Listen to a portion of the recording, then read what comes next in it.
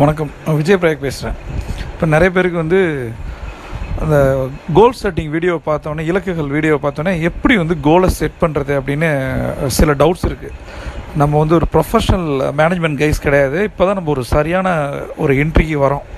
அதனால் கோல் செட்டிங் இலக்குகள் அப்படின்றது என்ன அப்படின்னு பார்த்தீங்கன்னா, இலக்குன்றது ஒரு கோல், அதுக்கு ஒரு டெட்லைன் இருக்குது. கனவுகளுக்கு ஒரு டெட்லைன் கிடையாது. ஒரு வீடு வாங்கணும் அப்படின்னா எப்போ வாங்க போகிறோன்னு தெரியாதுக்கு பேர் தான் கனவு. ஆனால் வாங்கணுன்ற ஒரு ஆசை இருக்கும். அந்த ஆசை வெறியாக மாறி ஒரு டெட்லைன் ஃபிக்ஸ் பண்ணி ஒர்க் பண்ண ஆரம்பிச்சோன்னா அதுதான் இலக்கு அப்படின்னு நான் சொல்கிறேன். இலக்குகள் எப்படி எழுதணும், ஆல்ரெடி ஒரு 6 விஷயம் சொல்லியிருந்தேன். திருப்பி அதை நான் எக்ஸ்பிளைன் பண்ணுறேன். ஃபஸ்ட்டு ஒரு ஷார்ட் டைம் கோல்ன்றது என்ன அப்படின்னா, 3 மாதத்தில் என்ன பண்ண போகிறோம் அப்படின்னு சொல்லிட்டு. இப்போ நம்மளுக்கு ஒரு 10 லட்ச ரூபா கடன் இருக்குது அப்படின்னா, அந்த கடனில் எது இம்பார்ட்டண்ட்டான ஆட்கள், நிறைய வட்டி, ரொம்ப மீட்ரு வட்டி, எக்ஸ்பிரஸ் வட்டி, அந்த மாதிரி இஎல் அந்த மாதிரிலாம் வாங்கியிருப்போம். அப்போ என்ன ஆகும் அப்படின்னா, அதில் 10 லட்ச ரூபாயில் 10 லட்சம் கடன்காரனும் நம்மளை ப்ரெஷர் பண்ண போகிறது கிடையாது. அட்லீஸ்ட் அதில் ஒரு 20%, 25. இப்போ நமக்கு இலக்கு ஒரு 2.5 லட்ச ரூபா. அந்த 2.5 லட்ச ரூபா ரொம்ப தொல்லை பண்ணிக்கிட்டே இருக்காங்க அப்படின்னா, அந்த 2.5 லட்ச ரூபாயை எப்படி கொடுக்கறது? 3 மந்த்ஸ் டைம் எடுத்துக்கிட்டோம் அப்படின்னா ஆல்மோஸ்ட் ஒரு 80,000 ரூபா ஒரு மாதம் கொடுக்கணும். அப்போ ஆல்மோஸ்ட் ஒரு 3,000 ரூபா ஒரு நாள் சம்பாதிக்கணும். இதுதான் நம்மளோட இலக்கு. அதை எழுத சொல்கிறேன் நான்.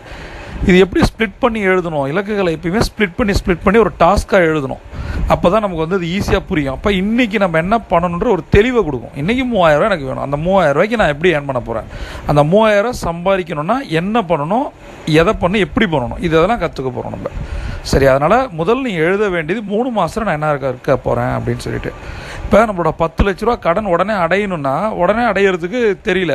மேபி நம்ம கடனை வாங்கி அதை ட்ராவல் பண்ணிகிட்டே இருப்போம் பிஸ்னஸில். மேபி நம்மளோட அசட்டை வித்தோ இல்லை வேறு எங்கேயாவது வர வேண்டிய பணம் இருந்ததுன்னா நம்ம டைம் சொல்லலாம். என்னை பொறுத்த வரைக்கும் கடனை வாங்கி கடன் கொடுக்கறதுல உடன்பாடு கிடையாது பெருசாக. அப்போ நம்ம என்ன பண்ணணும் அப்படின்னா, நம்ம ஏர்ன் பண்ணி பணம் கொடுக்கணும். அது வரைக்கும் கடன்காரன் வெயிட் பண்ண மாட்டான். அப்போ அது யார் வயிற்றுவலிக்கு ரொம்ப ப்ரெஷர் பண்ணுறானோ அவனுக்கு கொடுக்க வேண்டிய அந்த 2.5 லட்சம், 80,000 இல்லை 10,000, 20,000 நம்ம கொடுக்க ஆரம்பித்தாலோ கடன்காரங்க ஆஃப் ஆக ஆரம்பிப்பாங்க. இன்னொரு விஷயம் பண்ணாமல் இருக்கவே கூடாது. என்ன தெரியுமா? ஃபோனை பிக் பண்ணாமல் இருக்கவே இருக்காதீங்க. கடன்காரங்க டென்ஷனாக வருது. அவங்க இன்னொரு விஷயம் நான் உங்களுக்கு ஞாபகப்படுத்த விரும்புகிறேன். என்ன அப்படின்னா, எல்லாருமே வட்டிக்கு ஆசைப்பட்டோ, அதிக வட்டிக்கு, மீட்டர் வட்டி, எக்ஸ்பிரஸ் வட்டின்னு ஆசைப்பட்டு பணம் கொடுத்தவங்கள இருக்க மாட்டாங்க.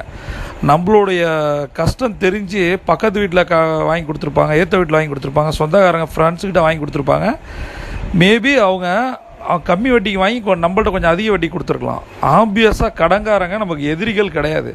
அவங்க நமக்கு தேவையான இடத்துல ஹெல்ப் பண்ணியிருக்காங்க. அப்படி தான் நாம் எடுத்துக்கணும் இந்த இடத்துல. சரியா? எல்லாரும் எதிரியாக பார்த்தோம் அப்படின்னா, அவங்க பணம் கொடுத்துருக்காங்க, நம்ம திருப்பி கொடுக்கணும். திருப்பி கொடுக்க முடியல, நம்ம டைம் வாங்கியிருக்கோம். அந்த டைமில் நம்ம என்ன உருப்படியாக பண்ணி சம்பாரித்து அவனை திருப்பி கொடுக்கணும்.